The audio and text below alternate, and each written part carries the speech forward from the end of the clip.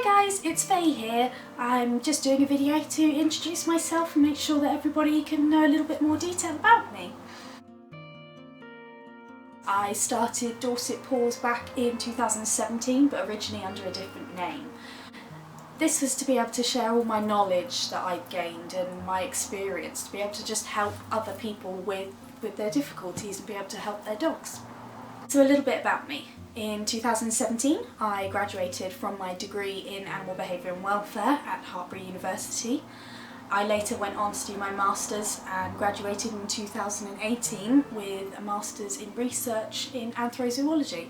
So this is looking at the human-animal relationship. Since January 2018 I've been a volunteer for Guide Dogs for the Blind, the large charity that I'm sure most of you know about. So I started as a fundraiser. I've then gone on and done their speaker training and have done many talks in the local area. And then I progressed to do training with the puppies in early stages, so this is when they begin their guide dog training.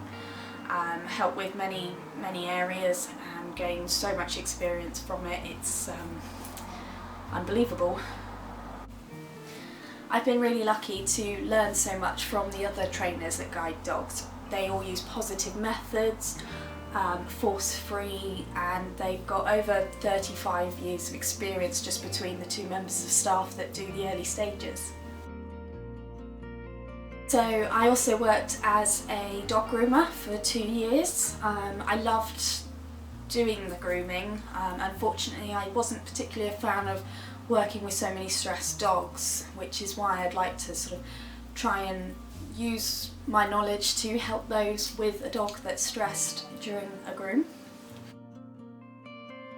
I've got experience working in a pet shop. I've also got experience in pet nutrition, hydrotherapy, physiotherapy, obedience, rally, agility, kennels, dog walking, and I'm sure there's more that I just can't think of right now off the top of my head. Oh, and I'm also pet first aid qualified. Furthermore, I'm an approved instructor for the Dog Training College. I've done a wide variety of different courses, including nutrition, dog behaviour, anxiety, looking at fireworks, car travel, done some T-touch. I'm also a huge bookworm, so whenever I get the chance I'll buy the new books that come out and have a good read. Some of my favourites at the moment are the How to Be a Concept Trainer by Tom Mitchell. I also love Steve Mann's Easy Peasy Puppy Squeezy. And finally, just for a bit more general knowledge, is the Do No Harm Force-Free Training manual. I think most importantly, I'm entirely reward-based, positive and force-free trainer. You need to understand your dog's mental state.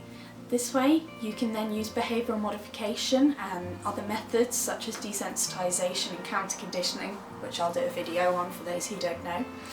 And then use this to adjust your dog's mental state and teach them that the world isn't so scary or insanely exciting. That way you can use positive reinforcement to teach your dog how to cope with the world and how to adjust their behaviour. So I've been asked before, what's the difference between a dog trainer and a behaviourist? Well, the key to being a behaviourist is looking at the cause of the behaviour and modifying it. It's looking at how to alter that dog's emotional state in the first place. You can stop a frightened dog lunging at another dog by changing their behaviour to stop the lunging. However, inside they'll still be nervous and frightened. This way you might find your dog redirects that anxiety towards another behaviour, possibly more dangerous. Therefore, a behaviourist targets this anxiety, the emotional state that the dog's in, and teaching your dog that there is no need to be scared or over-aroused or too excited. So instead of targeting the cause for the behaviour, you simply change the behaviour. This works really well in certain cases where maybe there's not deep-rooted negative feelings associated. So sometimes this can simply be a dog that pulls on the lead. It's just excitement. the dog gets enough reward in being able to continue to walk if it stops pulling. Therefore, you're not targeting the cause, you're not targeting that excitement.